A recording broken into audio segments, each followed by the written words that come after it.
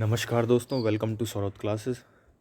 Recently ये news आई है कि सुप्रीम कोर्ट ने इम्प्लीमेंटेशन ऑफ फार्म्स लॉ को सस्पेंड कर दिया है। ये रही सीजीआई की ऑफिशियल स्टेटमेंट।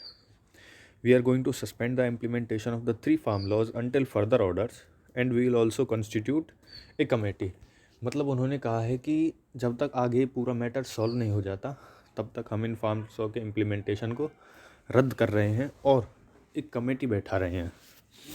तो क्या पूरा स्टेटमेंट है, क्या क्या सीजीआई ने कहा है ट्रैक्टर रैली के बारे में, कमेटी के बारे में और इम्प्लीमेंटेशन ऑफ फार्म्स लॉ के सस्पेंशन के बारे में। तो चलिए शुरू करते हैं शानदार सेशन को। लेकिन इससे पहले मैं आपको एक बात बताना चाहता हूँ कि अगर आप किसी ऐसे एग्ज़ाम की तैयारी कर रहे हैं जिसमें डिबेट होती हो, मतलब एसएसबी होते हैं ना एग्ज़ाम में, अगर उसमें डिबेट, जीडी या इंटरव्यू कुछ भी ऐसा होता हो जिस एग्ज़ाम की आप तैयारी कर रहे हैं, तो प्लीज़ आप जो ये इशू चल रहा है फार्म्स लॉ का, इसे अच्छे से समझ के जाएं, क्योंकि 90% चांसेस है कि ये आपके इंटरव्यू, डिबेट या एसएसबी में, मतलब जीडी में आ सकता है। सो चलिए शुरू करते हैं। आप सभी को पता होगा कि पिछले साल मतलब 2020 के नवंबर से प्रोटेस्ट चल रहा है फार्मर्स का। मतलब नवंबर के लास्ट वीक से ज़्यादा ज़ोर पकड़ा था इस प्रोटेस्ट ने। तो ये चला, फार्मर्स ने एग्रीकल्चरल मिनिस्टर से बात की, कई गवर्नमेंट ऑफिशियल्स जो गवर्नमेंट ने भेजे थे बातचीत करने के लिए उनसे बातचीत की, लेकिन कोई फ़ायदा नहीं निकला। फिर एक बहुत बड़ी बातचीत हुई 8 जनवरी 2021 को।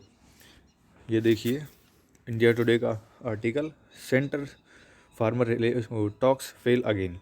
मतलब जो सेंट्रल फार्मर्स की बातचीत थी वो दोबारा फेल हो गई। अब जो अगली उम्मीद है किससे थी कि जो 15 जनवरी को बातचीत होने वाली है सुप्रीम कोर्ट की हियरिंग के बाद, उससे ज़्यादा उम्मीदें थी। लेकिन 8 तारीख को गवर्नमेंट ने क्या कह दिया था कि the government also made it clear that it can not and will not repeal the farm laws. ठीक है, ना वो कर रहे हैं और ना वो करेंगे फार्म्स लॉ को वापस, ये कह दिया था गवर्नमेंट ने क्लियरली। फिर आगे क्या होता है, ये आपकी विज्ञान भवन की पिक्चर है जिसमें ये गवर्नमेंट ऑफिशियल्स हैं, ये हमारे फार्मर्स हैं जो बातचीत कर रहे हैं। जैसा कि मैंने बताया, अगली उम्मीद किससे थी? 15 जनवरी की बातचीत से, जो कब होने वाली थी? Next hearing of supreme court के बाद। तो क्या होता है, 11 जनवरी को जब बातचीत हुई, मतलब परसों ही जब बातचीत हुई, तो सुप्रीम कोर्ट ने कहा कि हम बहुत ही ज़्यादा डिसअपॉइंटेड हैं, हताश हैं, निराश हैं इस चीज़ से कि इतनी सारी बातचीत हुई लेकिन कोई फ़ायदा नहीं निकला। तो सुप्रीम कोर्ट ने क्या कहा सेंट्रल गवर्नमेंट से कि क्या आप ऐसा नहीं कर सकते कि जब तक नेगोशिएशंस ना हो जाएं, जब तक बातचीत ना हो जाएं, तब तक आप क्या इन लॉज़ को होल्ड पर नहीं डाल सकते? फिर ये इन फाइनेंशियल एक्सप्रेस का आर्टिकल है कि सुप्रीम कोर्ट ने सेंटर से कहा कि तब तक होल्ड पर डाल दीजिए जब तक इशू सॉल्व ना हो जाए, और उन्होंने सेंटर गवर्नमेंट से कहा कि वो एक कमेटी भी बनाए जो इस इशू को रिजॉल्व करे। लेकिन देखिए 11 तारीख तक तो ये था कि सुप्रीम कोर्ट ने सेंट्रल गवर्नमेंट से कहा, रिक्वेस्ट की थी, मतलब रिक्वेस्ट क्या, एडवाइस किया था कि क्या आप ऐसा नहीं कर सकते। लेकिन कल 12 तारीख को सुप्रीम कोर्ट ने ये जिम्मेदारी अपने ऊपर ले ली और इन लॉज के इम्प्लीमेंटेशन को सस्पेंड कर दिया। ये देखिए, supreme court suspend the implementation of the 3 farm laws and forms a committee. और उन्होंने खुद ही कमेटी बना दिया। अब उन्होंने सेंटर से कुछ नहीं कहा, उन्होंने कह दिया कि भाई हम देख लेंगे। जनवरी 12, 2020 the supreme court on Tuesday. अब मैं आपको वैसे बता देता हूँ कि जो ऑफिशियल स्टेटमेंट तो ये है, लेकिन बात क्या है कि जो सुप्रीम कोर्ट है उसने इम्प्लीमेंटेशन ऑफ फार्म्स लॉ को रद्द कर दिया, and which have been a bone of contention आप लोगों को आई होप पता होगा, between the central government and farmers. और सुप्रीम कोर्ट ने क्या कहा है कि वो एक कमेटी भी बना रहे हैं जो grievances of the protesting farmers को देखेगी, मतलब उनके दुख, उनकी तकलीफ़ें जो भी हैं प्रोटेस्टिंग फार्मर्स की, उन पर गौर करेगी और एक रिपोर्ट तैयार करेगी और वो रिपोर्ट हमें देगी। अब देखिए, ये ऑफिशियल स्टेटमेंट है हमारे chief justice of India S A Bobde का। ये है हमारे chief justice of India. Implementation of the farms law will stayed, मतलब उन पर एक स्टे लगा दिया गया है। And the committee would hear all the objections of the law to the law. Those who wish to appear before it can do so. The committee will report back to the court. मतलब जो committee के साथ appear हो सकते हैं committee के सामने, उनको ऐसा ज़रूर करना चाहिए। और जो कमेटी है वो हमें मतलब कमेटी का काम बस इतना है कि वो हमें रिपोर्ट बनाकर दे देगी, बाकी काम हम देख लेंगे, ठीक है। अब कमेटी के मेंबर्स कौन कौन होंगे, ये काफ़ी बहुत इम्पोर्टेंट चीज़ है जानने के लिए। वैसे तो कमेटी के मेंबर्स बहुत सारे होंगे, लेकिन जो मेन है वो मैं आपको दिखा रहा हूँ। एग्रीकल्चरल इकोनॉमिस्ट अशोक गुलाटी, ये देखिए। अगर आप आर्टिकल मतलब आप इंग्लिश न्यूज़पेपर पढ़ते हैं तो आपने इनके आर्टिकल्स भी देखे होंगे, वैसे तो हिंदी में ट्रांसलेट होकर आ जाते हैं। Pramod Kumar Joshi, director of south Asia international food policy research institute, ये हैं, सॉरी, ये है हमारे प्रमोद कुमार जोशी जी। फिर अनिल घनवत, सेठकरी संगठन के हेड। और BS मान, पूरा नेम है इनका भूपेंद्र सिंह मान, जो भारतीय किसान यूनियन के लीडर हैं। अब सुप्रीम कोर्ट ने अश्योरेंस भी दिया है और एक्सपेक्ट भी किया है कोऑपरेशन का। तो क्या कहा है, the top court said that the committee would give the farmers A level playing field and express that the farmers would join the proceedings. मतलब उन्होंने कहा है कि वो उनके लेवल की ही बातचीत करेंगे, उनके लेवल प्लेइंग फील्ड की ही बातचीत करेंगे। ये आपको पता होगा इसका मतलब क्या है, उनके लेवल की बातचीत करेंगे। और वो ये भी आशा करते हैं कि जो फार्मर्स हैं वो इस प्रोसीडिंग्स को ज्वाइन करेंगे। अब ये काफ़ी सोचने वाली बात है कि सुप्रीम कोर्ट ने ऐसा क्यों कहा।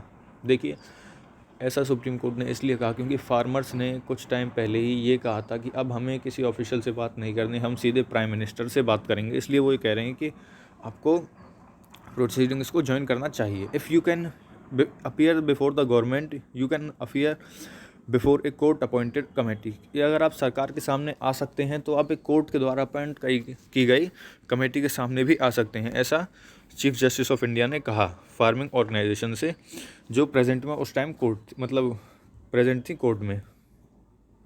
अब ये ऑफिशियल स्टेटमेंट है CGI की, we are looking to solve the problems. मतलब हम सच में प्रॉब्लम को सॉल्व करना चाहते हैं, और अगर आप इस मुद्दे को लंबा खींचना चाहते हैं तो आप कितने भी समय तक प्रदर्शन कर सकते हैं। लेकिन अगर आप जेन्युइनली इंटरेस्टिंग हैं, मतलब चाहते हैं कि ये मैटर सॉल्व हो, जो भी ये इशू है, तो आपको कमेटी के सामने आना चाहिए।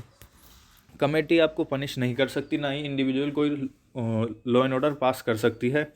उसका काम है बस एक रिपोर्ट बनाना, और वो रिपोर्ट वापस हमें ही दे देगी। फिर हम उस रिपोर्ट को देखेंगे और आपकी दलीलें सुनेंगे, उसके बाद हम कोई फ़ैसला लेंगे, ताकि जो we are forming the committee so that we have a clear picture. क्योंकि अभी तक काफ़ी कुछ ब्लर है इस इशू में, समझ नहीं आ रहा अच्छे से कि मैटर क्या है, ठीक है।